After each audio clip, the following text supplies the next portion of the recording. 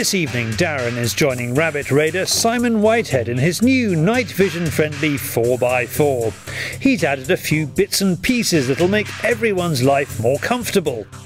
Tonight I'm out with the FX Bobcat. Simon's got his FX Cyclone. We're out on one of his permissions, on one of his contracts, doing some rabbit control.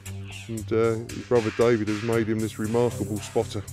So from the cab, he can pan and tilt and spot all the rabbits without using any white light or red light. And it'll be, I think, it'll be better than watching EastEnders in his cab tonight, because it's going to be nice and warm. And he's assured me plenty of rabbits. So, night vision on top of rifle on top of homemade door rest that allows Simon to leave rifle in situ when retrieving rabbits. Spotter with camera in centre of IR cluster, all plugged into camera in the cab. And look, there's one there. Let's see some shooting, boys.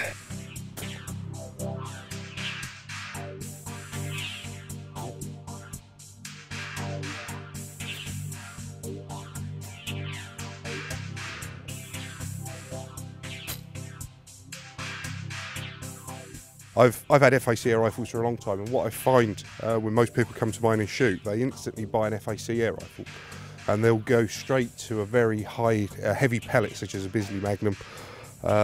There's nothing wrong with Bisley Magnums or the heavy pellets, but what I've found is if you stick to a more standard pellet, then you get a lot faster and a lot flatter trajectory. And especially for me shooting at night, everybody knows that rangefinding at night is the hardest thing that you'll ever do. So I want an air rifle that shoots fast and flat. So I always try and run my air rifles between 22 and 26 foot-pound. I find any more than that is just a waste of air, and I always just stick between 15 and 16 grain pellets, and I just find you have no loss of accuracy, and it's so much easier to shoot than a standard sub 12 foot-pound air rifle. This one does not look too good.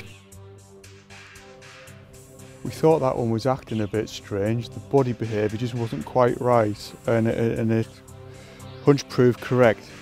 It's got the onset of a bit of myxomatosis here, a horrible sight. And if things weren't bad enough with the floods and me patrolling around here, they succumb to mixie. It's a sad state of affairs, but that's nature for you. Darren decides to stalk into one patch. The downside is the strong IR beam behind him from the camera and truck. The whiteout doesn't help, but he gets a nice one. 58 yards from where I laid. Very pleasing. The truck, the FAC spotter and screen is making rabbit control a comfortable evening out. But the one downside is not being able to feel the elements. I sat in the back of the pickup. I had no idea where the wind was, what direction it was coming from. So tonight you're going to see more misses than hits. Poor Simon had a few technical issues with his digital spotter. But teething problems, it works superbly when it works.